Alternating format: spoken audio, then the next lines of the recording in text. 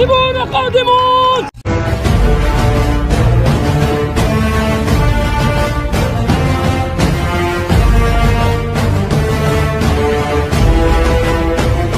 أعظم قائد عسكري عرفوا التاريخ، بل إنه الأذكى والأخطر والأكثر دهاء ومكرا.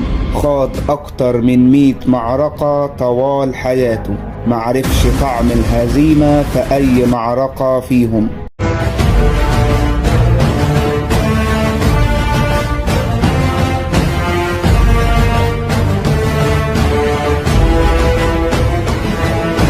قدر يقضي على أعظم إمبراطورية في العالم وقتها، الفرس والروم. كان عبقري في التخطيط الحربي لدرجة إن خططه العسكرية كان بيتم تدريسها لمئات السنين. قال عنه سيدنا أبو بكر